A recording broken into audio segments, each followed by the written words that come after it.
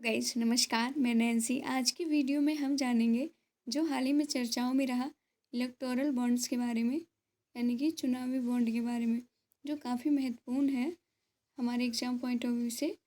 और इसके बारे में हर एक वो फैक्ट्स को जानेंगे जो हमारे आगामी एग्ज़ाम्स के लिए काफ़ी इम्पोर्टेंट होने वाला है। तो हम इलेक्टोरल बॉन्ड के इंट्रोडक्शन के बारे में थोड़ा सा जान लेते हैं। ये जो चुनावी बॉन्ड प्रणाली है वो 2017 में पेश की गई थी, जो एक विधेयक माध्यम से पेश किया गया था और इसे लागू 2018 में किया गया था। उस वक्त के जो वित्त मंत्री थे वो अरुण जेटली जी थे, जिन्होंने ये चुनावी बॉन्ड पेश किया था। बॉन्ड दाता जो होते हैं, यानी कि जो इलेक्टोरल बॉन्ड में दान देते हैं, उनकी गुमनामी बनाए रखता है, यानी कि उनके नाम को ऊपर नहीं आने देता है। और पंजीकृत राजनीतिक दलों को दान, यानी कि जो रजिस्टर्ड राजनीतिक दल हैं उनको दान दिया जाता है। दान देने के लिए व्यक्तियों और संस्थाओं के लिए एक साधन के रूप में काम करता है इलेक्टोरल बॉन्ड। अब इसकी विशेषताओं के बारे में हम जान लेते हैं। इसकी विशेषताएं ये हैं, इसका जो बैंक है वो है भारतीय स्टेट बैंक SBI। उसमें आप 1,000 रुपये, 10,000 रुपये, 1,00,000 रुपये, 10 लाख रुपये और 1 करोड़ रुपये तक के बॉन्ड जारी करता है भारतीय स्टेट बैंक। यह ब्याज मुक्त होता है और धारक द्वारा मांगे जाने पर देय होता है। भारतीय नागरिक अथवा भारत में स्थापित संस्थाएं इसे खरीद सकते हैं, यानी कि जो भारतीय नागरिक हैं वो और भारत में स्थापित संस्थाएं हैं, यानी कि कोई विदेशी नागरिक या विदेशी संस्था इसे नहीं खरीद सकती। इसे व्यक्तिगत रूप से या संयुक्त रूप से, यानी कि इसे पर्सनली या फिर ज्वाइंटली भी खरीदा जा सकता है। यह जारी होने की तारीख से 15 कैलेंडर दिवसों के लिए वैध होता है। इसके बारे में हम आगे जानते हैं। अधिकृत जारीकर्ता भारतीय स्टेट बैंक इसे जारी करता है, यानी कि SBI इसे जारी करता है। चुनावी बॉन्ड नामित भारतीय स्टेट बैंक की शाखाओं के माध्यम से जारी किया जाता है, यानी कि जो SBI की ब्रांचेज है ना, उसके माध्यम से भी ये जारी करता है। अब जानते हैं कि कौन से राजनीतिक दल इसके पात्र हैं, कि कौन से राजनीतिक दलों को इलेक्टोरल बॉन्ड के माध्यम से डोनेट किया जा सकता है।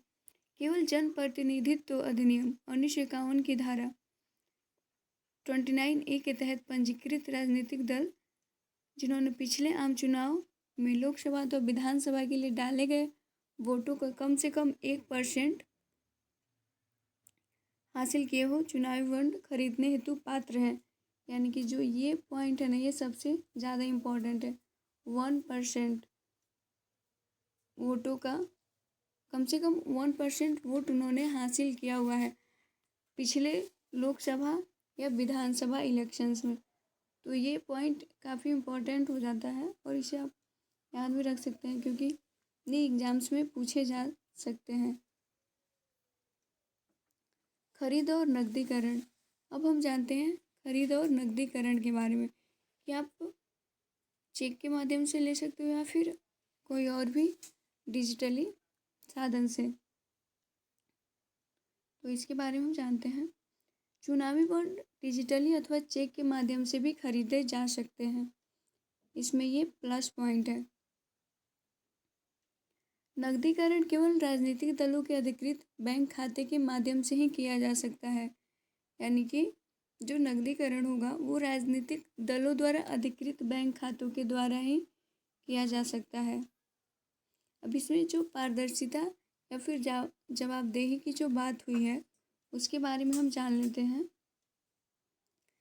राजनीतिक दलों को भारतीय निर्वाचन आयोग के साथ अपने बैंक खातों के विवरण का खुलासा करना अनिवार्य है, यानी कि जो जितने भी राजनीतिक दल हैं भारत में जिन्हें इलेक्टोरल बॉन्ड के माध्यम से डोनेशन मिलते हैं, उन्हें भारतीय निर्वाचन आयोग, जिसका उल्लेख आर्टिकल 324 में किया गया है, वो अपने बैंक खातों का जो विवरण होगा ना वो निर्वाचन आयोग के सामने उसका खुलासा करना अनिवार्य होगा।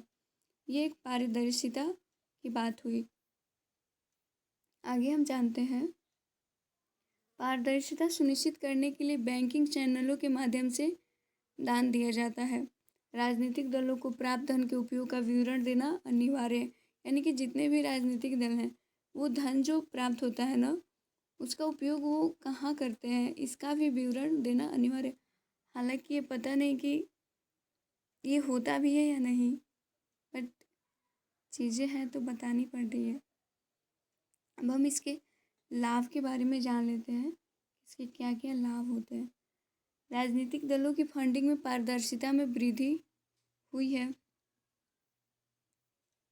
आगे हम जानते हैं, धन के रूप में प्रदान के उपयोग का खुलासा करने की जवाबदेही भी हुई है।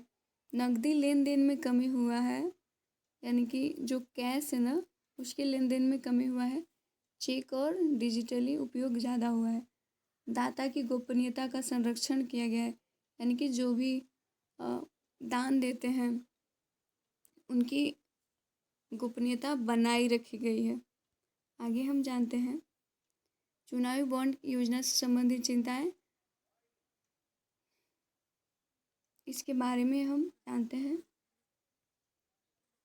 अपने मूल विचार के विपरीत, यानी कि जो इसके मूल विचार हैं कि इसमें पारदर्शिता है, इसमें जवाबदेही है, इसके विपरीत भी कुछ चीज़ें हैं जिसके बारे में हम जान लेते हैं। चुनावी बॉन्ड की आलोचना का मुख्य कारण यह है कि अपने मूल विचार अथवा उद्देश्य चुनावी फंडिंग में पारदर्शिता लाने के बिल्कुल विपरीत काम करती है। उदाहरण भी है इसमें। आलोचकों का यह तर्क है कि चुनावी बॉन्ड की गोपनीयता केवल जनता और विपक्षी दलों के लिए है, दान प्राप्त करने वाले दल के लिए नहीं। यानी कि ये जो गोपनीयता है केवल जनता और विपक्षी दलों के लिए ही है, दान प्राप्त करने वाले दल के लिए नहीं है। आगे हम बात करते हैं, जबरन वसूली की संभावना। यह तथ्य है कि ऐसे बॉन्ड सरकारी स्वामित्व वाले बैंक के माध्यम से बेचे जाते हैं, जिससे सरकार को यह पता चल जाता है कि उसके विरोधियों में कौन फंडिंग कर रहा है। यह बदले में वर्तमान सरकार को विशेष रूप से बड़ी कंपनियों से पैसे निकालने की सुविधा देता है।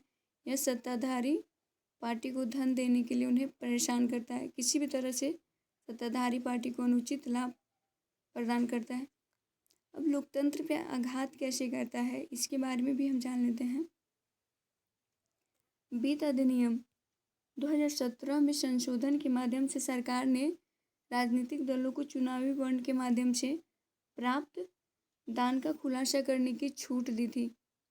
इसका अर्थ यह है कि मतदाताओं को यह तक पता नहीं होगा कि किस व्यक्ति, कंपनी या संगठन ने किस पार्टी को कितनी मात्रा में फंड किया गया है। तो ये सारी चीज़ें हैं इलेक्टोरल बॉन्ड के साथ, जो कि कहीं ना कहीं लाभ भी है तो कहीं ना कहीं हानि भी है। तो एक सिक्के के दो पहलू जो होते हैं वो इलेक्टोरल बॉन्ड में है, और सुप्रीम कोर्ट के द्वारा इसे जो अवैध करार दिया गया है, इसके बारे में भी ये चर्चाओं में रहा है। तो ये सारी चीज़ें हैं। तो अगर आपको ये वीडियो पसंद आई हो, please like, subscribe and share जरूर कीजिएगा। Thank you so much.